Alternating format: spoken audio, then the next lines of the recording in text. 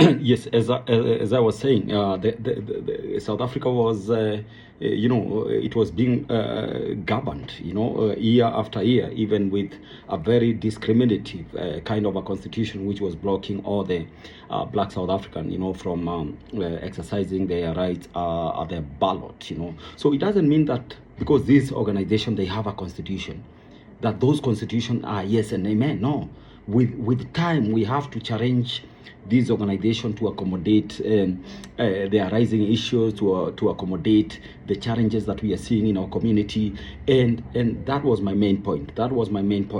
And I don't know whether maybe misunderstood by a lot of people. I don't know whether my voice, even I think the only people who understand that my voice maybe is a bit deep. It's my family and my close friends, and those that I work with, But every time I try to drive a point, people, they see like I'm a bit aggressive. People, they think maybe I'm shouting. People, they think maybe I'm being too harsh. No, that is the way I talk, because I mean all these changes that we are hoping they happen. They cannot happen with my one vote. The changes that happened yesterday at Kenyan for Kenyans, they happened through a majority kind of support. When I was elected as KEDASA chairman in Free State, although a lot of people in this community, they didn't want me to be the chairman, but I was elected by simple majority rule.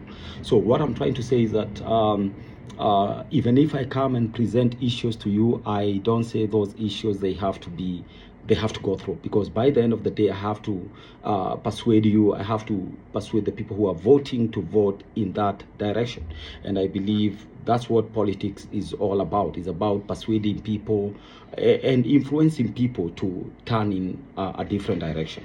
So this year, the year 2025, my agenda for all, KEDASA agenda for Bloemfontein, is that we need to see how we accommodate our youth. We have a generation of Kenyans who are, these kids who are between the age of 12 years all the way to the age of maybe 20, 21. These kids, they need to be accommodated in a proper society, not the society that we have had, not the divided society that we know we have had in this Bloemfontein. Having Bloemfontein North and Bloemfontein South, that have been the norm. That is the legacy of the leaders. As leaders who are here currently, that is a legacy. That is our legacy of dividing this very small community. But as KEDASA chairman, I want to leave a legacy where, like, we are going to handle our kids, a very united Kenyan community. We might not be united because maybe, you see, we already old and gray hair all over and stuff, and it might not be able for us to change. But our kids, we have to sell to them the right community.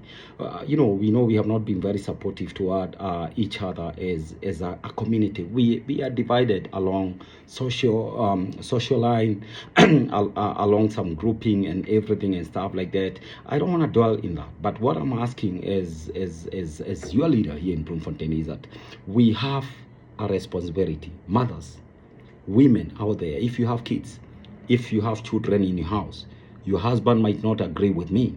Your husband might not even like me. Your husband maybe even never voted for me, But we have a responsibility. What I'm saying is that we have a responsibility, and more especially from women. I'm trying to shift on the side of women in this town. Kenyan women, Kenyan mother, we have to do something to change this society. It have to be done. A lot of people, they are leaving their homes in their bedroom with a lot of stress, with a lot of depression, with a lot of issues. At our age, where like people, they are over 40, 50, a lot of people are under, as I said yesterday, a lot of people are under chronic medication due to, all the illness that come with age, it come with lifestyle and everything and stuff. And we are not here for a very long time. If you are listening to this video and you are 60, you are 50, you understand very well. Maybe you don't have another 30, 40 years to be around here. So the small time, the little time that we have to make sure like it counts. We are the grown-up. We are the parent that we grew up looking up to. When I grew up looking up to my dad, right now we are those people who have to make those right call, right changes in our society, and we make sure like we give our kids a proper, well kind of managed society, a society that love each other, a society that stand with each other. I don't wanna tackle the issues that I've been tackling in the last few videos and stuff like that. But this is a high time. Kenyans in Bloemfontein, we come together as a society, we deal with these issues, because we see what is happening in our society, we see what is happening within our Kenyan community. We are facing a lot of challenges. We are facing a lot of divorce in our community. People are going through a lot of depression, in those homes.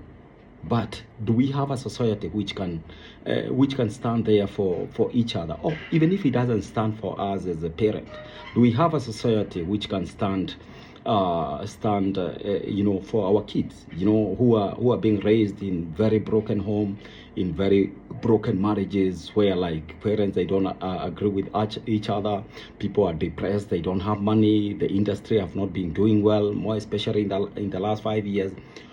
We have to do something as a society, and I'm calling to all mothers. I'm calling to all Kenyan mothers in Bloemfontein. If there is a time that you need to support me as a KEDASA chairman, is now, because I know I'm not supported by many. Even the team that I wanted to assemble to go with it to KEDASA in Pretoria, my whole team lost because I'm not supported. My agendas are not supported by many, more especially men. And that's why I'm shifting to the side of the women. Even if your husband doesn't support me, and you see the ideas that I'm trying to introduce, they are the right ideas, I am asking you have to support these ideas, not because of Kurukago, not because of my family, but because of this community, because of our kids, because of where we are heading as a community. Women, you have to come on my side, and you allow you trust me, because I'm your leader. I believe I'm here on merit. I'm here because I deserve to be here. I deserve to be the chairman of KEDASA in Free State. I've been there when Umoja was formed. I'm one of the founders of Umoja. I'm one of the founders of Kenyan for Kenyans, and I'm the one who brought or spearheaded this idea of KEDASA and unity. KEDASA is just a group, but what I'm looking for more is a united community under one cover. And within KEDASA, we have that kind of a platform.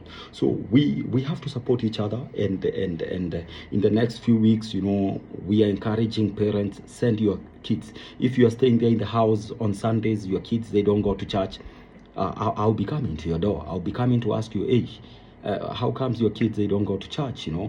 Why can't we organize as a community how our kids, even if we don't go to church anymore, because majority of men, they don't go to church. Even if we don't go to church anymore, why can't we allow our kids to go to church? Why can't we make it possible? If we make it possible for them to go to school on Sundays, they are supposed to be going to church.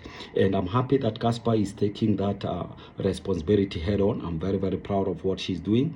And we wanna build our church, our kids, under the way we grew up under church. Church is not just somewhere you go and pray. It teaches a lot in terms of our beliefs, our spirituality and everything. And even if we don't go to church anymore, we believe that our kids, they should go through that phase of going to church the way it was done to us. For me, every Sunday, our dad used to take us to church and everything. He could drop us there and go where he want to go. And there are some things that I learned through church which make me survive today in matters to do with faith and everything. As a community, we have a lot of broken home. Let's agree. And I will ask you, mothers, our Kenyan ladies, if we know, because the women are the one who know whether a home is broken or the home is still standing. If you're in those homes, you have kids or you have had kids, you have stayed with somebody for 5 years, for 10 years, for 20 years, and maybe for some reason, you guys, maybe you separated and everything and stuff like that, that is not something which we can be able to solve. But let's not make let's make sure the separation and the divorce that we are seeing in our community, let's make sure they don't affect our kids, you know.